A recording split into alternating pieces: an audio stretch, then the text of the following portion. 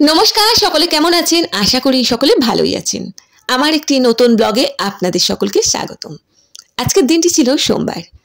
ঘুম থেকে উঠে কিছু কাজ ছিল, সেগুলো মিটিয়ে জামা কাপড় কেচে স্নান করে তারপর বাবার পুজো করে, আজকে ভোলে বাবার পুজো, তো ভোলে বাবার পুজো করে তারপরে একটুখানি রান্না করছিলাম। তবে বেশি রান্না কিছুই করতে পারিনি। এখানে ভাত হয়েছে, আর এখানে ডিমের কালিয়া হয়েছে, একটু শুকনো শুকনো মতো ডিমের কালিয়া হয়েছে, এখানে স্যালাড নেওয়া হয়েছে, আর ফ্রিজের মধ্যে যেরকম নর্মাল চাটনি থাকে সেই চাটনি আছে, খাওয়ার সময় বের করে নেবো।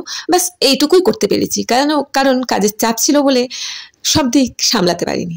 একটা তরকারিও ভাত মাঝে মধ্যে ভালো লাগে, আর আমার তো ডিমের কারির সঙ্গে ভাত দারুণ লাগে। আপনাদের কেমন লাগে অবশ্যই জানাবেন। তারপর খাওয়া দাওয়ার পর বিকালবেলা বেরিয়ে পড়েছিলাম একটুখানি বাজারে যাওয়ার পথে একটা বান্ধবীর বাড়ি ভীষণ দরকার ছিল, তো সেই বান্ধবীর বাড়িতে গিয়েছিলাম। যাওয়ার পর ওখানে অনেকটা সময় কাটানোর পর তারপর ওদের বাড়ি থেকে বেরিয়ে এলাম। বেরিয়ে আসার সময় এটা ওদেরই লিফটের নিচে দিয়ে নামছি, ওই বান্ধবীদের লিফট দিয়েই নিচে নামছি। নিচে নেমে এটা হিমমোটর রোডের দুপাশে অনেক রকম দোকান পাওয়া যাবে, মানে সমস্ত বাজার দোকান আমাদের এইখানেই থাকে। বিশেষ করে এটা ফলের দোকান, এগুলো দুপাশেই ফলের দোকান থাকে। তারপরে আছে আইসক্রিমের দোকান, তারপর আছে এটা আইসক্রিমের দোকান, আইসক্রিম ভ্যারাইটিস সমস্ত কিছু পাওয়া যায় এখানে।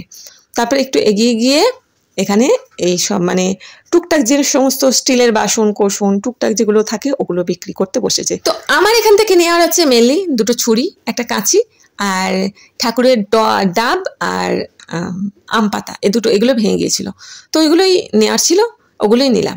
শেষে বাড়ির পথে আবার রওনা দিলাম ওগুলো নিয়ে।